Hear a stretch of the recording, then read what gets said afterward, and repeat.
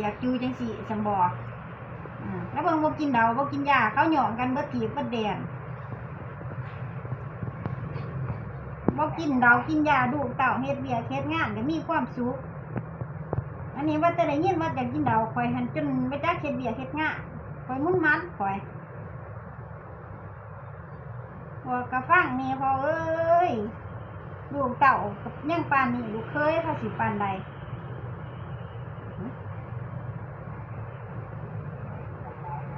นี่แต่เอาแต่หู้โตย่ามบ่กินเดาลูกฝากเมื่อไหร่เงินค้ำเต็มกระเป๋า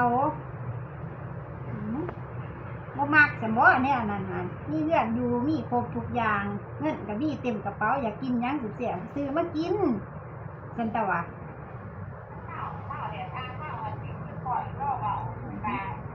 เจ้าบัดจะเมาผีตัวใดมาเข้าสิงก็ว่าเป็นตางไปเบิดลูกร้านเว้าก็บ่ฟังพี่เดือเด้อคันยามบ่เมาโทรมายามใดหมู่ก็หาให้อยากได้หยังก็ซื้อให้บ่มีอันนั้นอันนี้ฝากหามาให้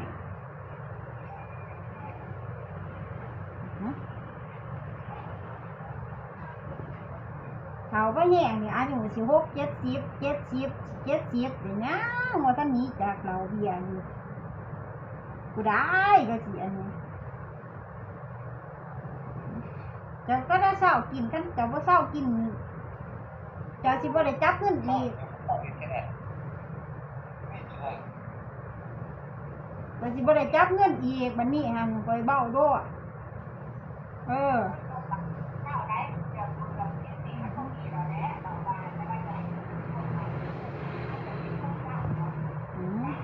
ไม่เรามันตายคนกินเรามันตายนี่จ่าเขาหลายคนอะไรคนต้มเรามันก็บ่ได้ตายได้มันก็ยุ่งยั่งอยู่ร้ายอยู่ได้คนต้มเราค่ะขี่เราจะเบิ้งตี้มันไปแน่เลยเซียวจ้ะฮะไปถากันอยู่โรงพิมพ์สาเขาไปยัดเบาแล้วเบิ้งเจ้าก็กินเรากินยาเว้ยเขาเฮ็ดงานเขาก็ยิ้มม้วนมีความสุข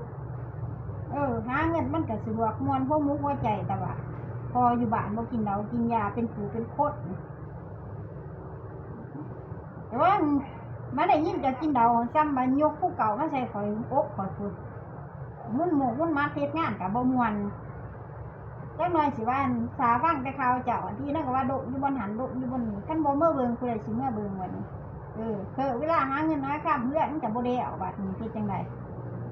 มันสิได้อยู่น้ำบ้านน้ำเมืองเขาสมบูรณ์นอนกินนอนใส่เป็นยังเงินหันอยากแนวได้จะแจ๋วซื้อมากินลูกเต่าปากไปให้จะไปเพื่อนใส่มันสั่งเดายาปลาเป็ดมวนมูกับมวนไปตีมูกองเขาบ่กินเดาเขาก็ยังมวนได้